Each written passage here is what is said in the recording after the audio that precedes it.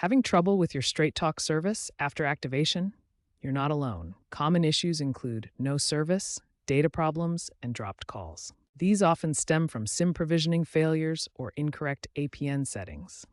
SIM provisioning is the process of registering your SIM card on the network. APN settings act as a gateway for data connectivity. Incorrect settings block internet access, MMS, and hotspot use. The good news is that most of these issues are fixable with a few key steps.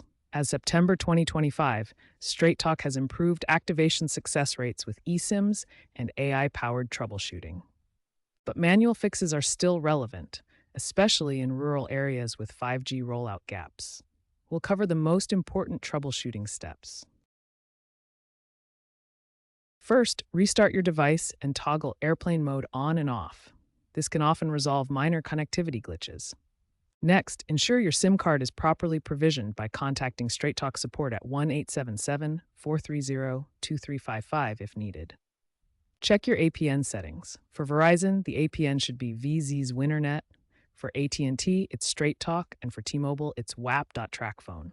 Verify these in your phone's mobile network settings. If these steps don't work, try resetting your network settings. For more advanced troubleshooting, use the Straight Talk app, which offers AI-powered diagnostics to auto-correct provisioning and APN issues. Remember to wait up to 24 hours for full activation after making changes.